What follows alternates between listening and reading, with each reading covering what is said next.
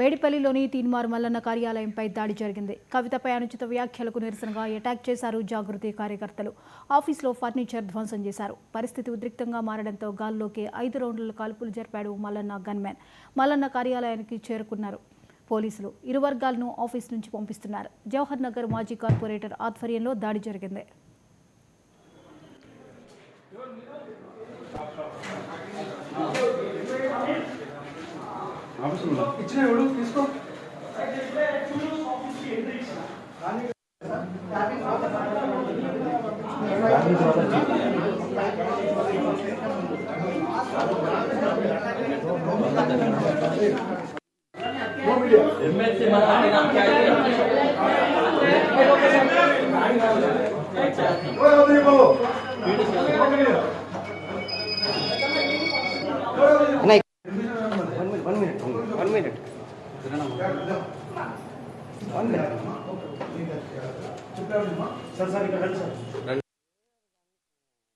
Police దగ్గర మామూలు తెలుసుకోండి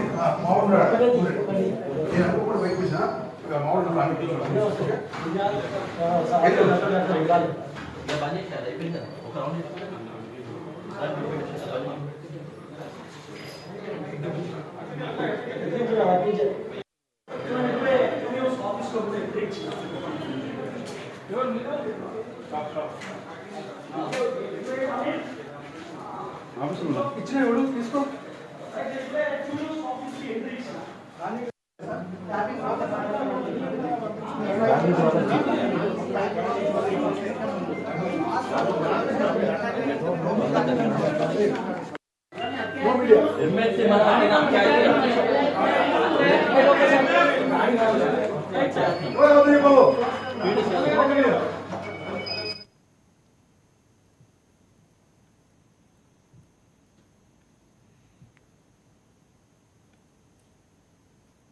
రైట్. మేడిపల్లిలోని తీన్మార్ మల్లన్న కార్యాలయంపై దాడి జరిగింది. కవితపై అనుచిత వ్యాఖ్యలకు నిరసనగా అటాక్ చేశారు జాగృతి కార్యకర్తలు.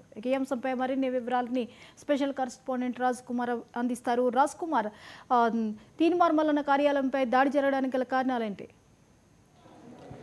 జ్యోతి, మేడిపల్లిలో ఉన్నటువంటి క్యూన్యూస్ ఆఫీస్పై కూడా జాగృతి ఏదైతే కవితపై నిన్న చేసినటువంటి అనుచిత వ్యాఖ్యలకు నిరసనగా కూడా దాదాపు 100 మందితో వెళ్ళి జాగృతి కార్యకర్తలు కూడా క్యూన్యూస్ ఆఫీస్పై కూడా దాడి చేయడం జరిగింది. అదే సమయంలో ఎమ్మెల్సీ తీన్మార్ మల్లన్న కూడా అదే ఆఫీస్లో ఉండడం జరిగింది. అతనిపై డైరెక్ట్గా అటాక్ చేస్తూ ఉంటే మొత్తానికి 100 మంది ఒకేసారి ఆఫీస్లోకి వచ్చి కర్రలతో వచ్చి కూడా అక్కడ ఏదైతే ఫర్నిచర్ ధ్వంసం చేయడం జరిగింది. అక్కడికి ఉన్న అటువంటి అద్దాలు కూడా పలగొట్టడం జరిగింది. చాలామందికి తీవ్ర గాయాలైన పరిస్థితి కూడా కనిపిస్తూ ఉంది. మొత్తము అక్కడ అంటే ఏదైతే ఎమ్మెల్సీ రక్షించే క్రమంలోనే తన గన్మెన్ అయినటువంటి 5 రౌండ్ల కాల్పులు జరిపామని కూడా తన గన్మెన్ చెప్పడం జరిగింది. అయితే తనపై అత్యాయత్నం జరిగింది, వారందరిపై చర్యలు తీసుకోవాలని కూడా కొద్దిసేపటి క్రితం తీన్మార్ మల్లన్న కూడా మాట్లాడడం జరిగింది. అంటే ఏదైతే నిన్న చేసినటువంటి వ్యాఖ్యలకు మాత్రం ఎట్టి పరిస్థితుల్లో తీన్మార్ మల్లన్న క్షమాపణ చెప్పాలి. తీన్మార్ మల్లన్న డౌన్ అనుకుంటూ కర్రలతో ఒక్కసారిగా విధ్వంసం సృష్టించారు. జాగృతి కార్యకర్తలు ఇంత పెద్ద మొత్తంలో ఒక్కసారి 100 మంది రావడం, అక్కడ ఏదైతే కార్యాలయంలో తన కార్యాలయంలో తక్కువ మంది ఉద్యోగులు ఉండడం, ఈ రోజు ఆదివారం కావడంతో కూడా మొత్తానికి అదే కార్యాలయంలో కూడా తీన్మార్ మల్లన్న ఉండడం, ఒక్కసారిపై అక్కడ ఏం జరుగుతుందో తెలియని పరిస్థితి. ఇలా మొత్తానికి వచ్చేసి మొత్తం అద్దాలు కూడా అందరూ కూడా ధ్వంసం చేయడం జరిగింది. ఇప్పటికే దీనిపై పోలీసులకు సమాచారం ఇచ్చినప్పటికీ ధ్వంసమైన తర్వాత పోలీసులు అందరూ చేరుకోవడం జరిగింది. ఎవరెవరు పాల్గొన్నారు, ఎంతమంది పాల్గొన్నారు, పాల్గొన్న వారందరికీ కూడా వివరాలు సేకరించే పనిలో పోలీసులు పడ్డారు. దీనికి సంబంధించి మాత్రం అంటే కావాలనే అంటే ఏదైతే గత ప్రభుత్వంలో ఉన్నప్పుడు బీఆర్ఎస్ హయాంలో ఉన్నప్పుడు కూడా తమ కార్యాలయంపై దాడులు జరిగాయి. ఇప్పుడు కూడా సేమ్ అదే విధంగా కూడా చాలామంది అంటే దాదాపు 100 మంది రౌడీల్లా వచ్చి కూడా ఒక మీడియా ఛానల్పై ఇలా చేయడం ఏంటని కూడా ప్రశ్నించడం జరుగుతూ ఉంది. ఇలాంటి దాంట్లో ఈ ఘటనలో చాలామందికి అంటే తీన్మార్ మల్లన్న కూడా చేతికి గాయమైనట్టు కూడా తెలుస్తూ ఉంది. తనతో పాటు అక్కడ పనిచేస్తున్నటువంటి కొంతమంది ఎంప్లాయీలకు కూడా గాయాలు కావడం జరిగింది. అక్కడ కొంత రక్తం కూడా మొత్తం కూడా ఏర్లై పారుతూ ఉంది. దానికి సంబంధించి గన్ ఏదైతే కాల్పులు జరిపిన క్రమంలో జరిగిందా లేదు అంటే వాళ్ళు దాడి చేసినప్పుడు ఇదంతా జరిగిందా మాత్రం కొంతమంది ఎంప్లాయీలను కూడా స్థానిక ఆసుపత్రికి కూడా తరలించడం జరిగింది. దీనిపై మాత్రం ఎట్టి పరిస్థితుల్లో తీన్మార్ మల్లన్న మాట్లాడుతూ నాపై అత్యాయత్నం జరిగింది, వీరందరిపై చర్యలు తీసుకోవాలి, వారు జాగృతి కవిత పంపిన అనుచరులే గుండాల్లా వ్యవహరించారు, తన కార్యాలయం ధ్వంసం చేశారని కూడా తీన్మార్ మల్లన్న చెప్తా ఉన్నారు. మొత్తానికి మాత్రం ఈ యొక్క ఉలిక్కిపడటువంటి అంటే అనుకోకుండా జరిగినటువంటి ఘటన కాకుండా కావాలనే చేశారు కాబట్టి వీరందరిపై కేసులు నమోదు చేసి చర్యలు తీసుకోవాలని కూడా తీన్మార్ మల్లన్న చెప్తున్నటువంటి పరిస్థితి. రాజ్ కుమార్, మాజీ కార్పొరేటర్ ఆధ్వర్యంలోనే ఈ దాడి జరిగింది అంటున్నారు. మరి ఈ విషయంలో పోలీసులు ఏమంటున్నారు? ఇప్పటికే అంటే మేడిపల్లి పోలీసులతో పాటు ఎల్బీ నగర్ సంబంధించిన కొంతమంది ఉన్నతాధికారులు కూడా చేరుకోవడం జరిగింది. ఎందుకంటే ఎమ్మెల్సీ అయినటువంటి తీన్మార్ మల్లన్న ఆఫీస్పై దాడి జరగడం, ఏదైతే స్థానికంగా ఆయన కార్పొరేటర్ కూడా చేసినటువంటి జాగృతి కార్యకర్తలు ఎక్కువగా ఓటు రావడం, కండవాలు కూడా జాగృతి కండవాలే వేసుకొని రావడం, వారందరూ కూడా కర్రలు, రాడ్లు ఇలాంటి మొత్తం కూడా అంటే ప్రాణ భయానికి మొత్తం భయభ్రాంతులకు గురి చేసే విధంగా ఆఫీస్పై దాడి చేయడం జరిగింది. ఆఫీస్లో ఉన్నటువంటి ఫర్నిచర్తో పాటు కంప్యూటర్స్, అదేవిధంగా ఫర్నిచర్ను కూడా ధ్వంసం చేయడం జరిగింది. అద్దాలను కూడా పగలగొట్టడం జరిగింది. అక్కడ చాలామందికి అందులో పనిచేసే కొంతమంది ఉద్యోగులకు కూడా చాలా దెబ్బలు తగిలాయి. వారందరికీ కూడా రక్తాలు కూడా రావడం జరిగింది. వీరందరినీ కూడా అయితే స్థానిక ఆసుపత్రికి తరలించడం, ఈ యొక్క స్థానికంగా ఉన్నటువంటి జాగృతి కార్యకర్తలతో పాటు పక్కా ప్రణాళిక ప్రకారమే తనపై ఆఫీస్పై దాడి చేశారని కూడా తీన్మార్ మల్లన్న ఆరోపిస్తున్నారు. ఇకపోతే మరి పోలీసులు ఈ విషయంలో ఎలాంటి చర్యలు తీసుకోబోతున్నారు? పోలీసులు మాత్రం ఇప్పుడే చేరుకోవడం జరిగింది కార్యాలయం వద్దకు. ఎందుకంటే అతను అక్కడ ఎంతమంది పాల్గొన్నారు, దీనికి సంబంధించి కావాలని చేశారా, అక్కడ ఉన్నటువంటి వారందరినీ కూడా వీడియోలలో కూడా గుర్తించడం జరుగుతూ ఉంది. దీనికి ప్రణాళిక ప్రకారం ఏదైతే నిన్న కవితపై చేసినటువంటి అనుచిత వ్యాఖ్యల వల్లే తాము దాడి చేశామని కూడా చెప్తున్న నేపథ్యంలో వారందరినీ ఎవరెవరు వచ్చారు, ఎంతమంది వచ్చారు, దాడికి చేయాల్సిన పనేంటి, వీరందరిపై కేసులు నమోదు చేసే అవకాశం ఉంది. దీనికి సంబంధించినటువంటి వారందరిలో వీడియోలో ఎంతమంది పాల్గొన్నారు అన్ని కూడా సీసీ ఫుటేజ్తో ఆధారంగా సేకరించే పనిలో పోలీసులు ఉన్నారు. ఇకపోతే రాజ్ కుమార్, మరి మాజీ కార్పొరేటర్ ఈ దాడి విషయంలో ఆయన ఏమైనా స్పందించడం జరిగిందా?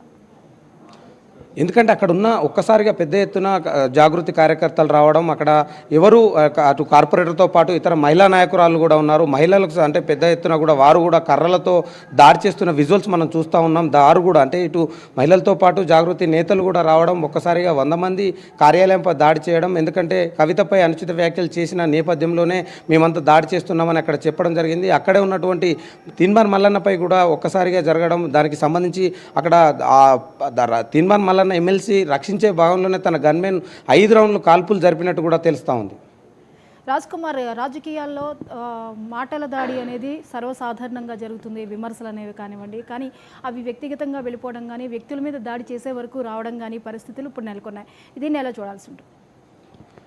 అంటే ఒక వ్యక్తి మాట్లాడినంత మాత్రం మళ్ళీ మాటలతో మనం మాట్లాడవచ్చు, కానీ ఒక్కసారిగా ఇలాంటి దాడి ఘటనలు ఒక మీడియా ఛానల్పై దాడి చేయడం కావచ్చు, అక్కడ ఉన్నటువంటి అంటే ఏ సంబంధం లేని వ్యక్తులపై కూడా దాడులు జరిగినటువంటి పరిస్థితి.